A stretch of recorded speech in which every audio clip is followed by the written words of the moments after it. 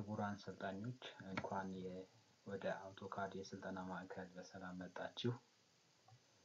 በዚህ የAutoCAD ስልጠና ጊዜያችን የምናየው AutoCAD እንዴት በኮምፒውተራችን ላይ መጫን ወይንም ኢንስቶል ማድረግ እንደምንችል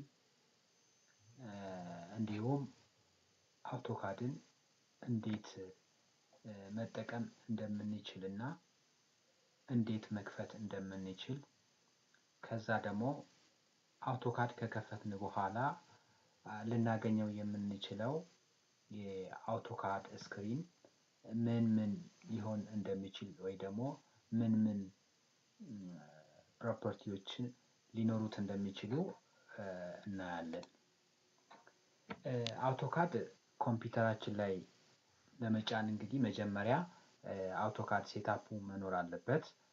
AutoCAD ሴትአፕ በአብዛኛው ዲዛይነሮች የሚጠቀሙት AutoCAD 2007 የሚለው ነው።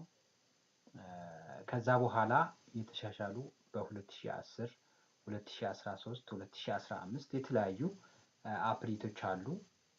ግን ለጊዜው እኛ በዚህ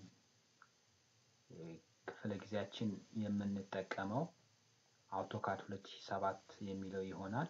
እሱ ምክንያቱ ምን እንደሆነ በሚቀጥለው ጊዜ የምናየው ይሆናል።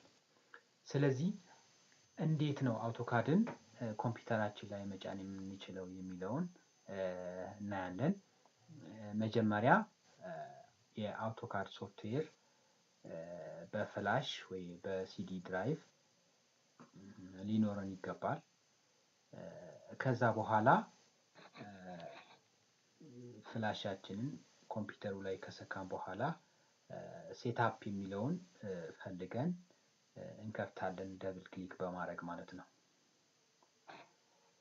ከዛ በኋላ እዛ ላይ ኮምፒውተሩ በሚያዘን ኢንስትራክሽን መሰረት ክሊክ ኔክስት እያልን እስከ ኢንስታሌሽን መጨረሻው የምንሄድ ይሆናል። ከዛ በኋላ ኢንስቶል አድርገን ከጨረስን በኋላ ሴትአፑን ከመክፈታችን በፊት ምንድነው ማድረግ ያለብን? ክራክ ማድረግ አለብን ወይም ደግሞ ላይሰንሱን ልንሰጠው ይገባል ማለት ነው። ያንን ለማድረግ በሴትአፕ ፎልደር ውስጥ ክራክ የሚል የራሱ ፎልደር አለው። እዛ ውስጥ ያሉትን ፋይሎች ኮፒ ካደረግን በኋላ እሱን ፋይል ኮፒ ካደረግን በኋላ ወደ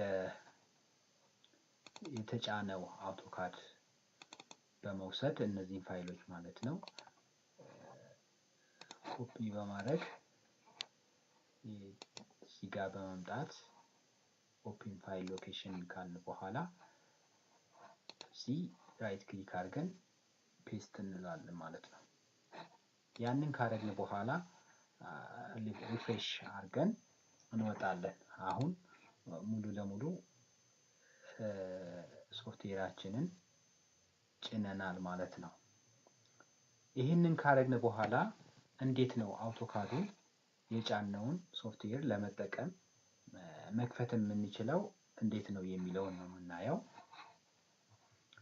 የምንከፍተው መክፈት የምንችለው በሁለት መንገድ ነው።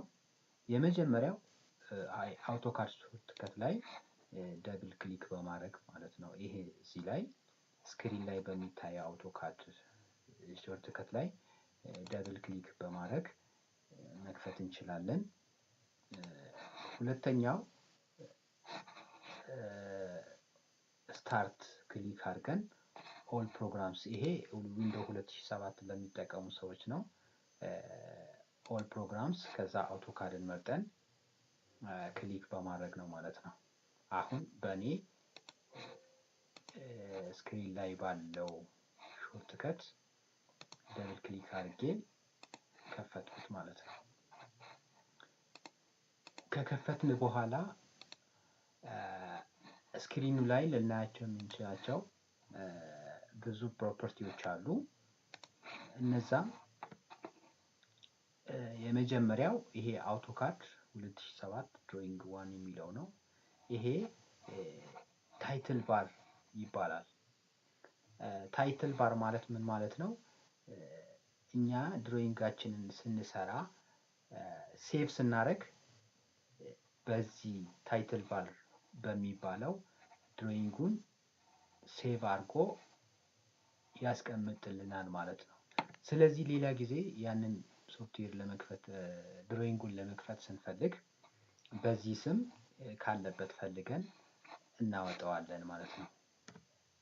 ሁለተኛው ሜኑ ባር ይባላል። ሜኑ ባር ማለት እያንዳንዱን ስራችንን ለመስራት የሚያስችሉን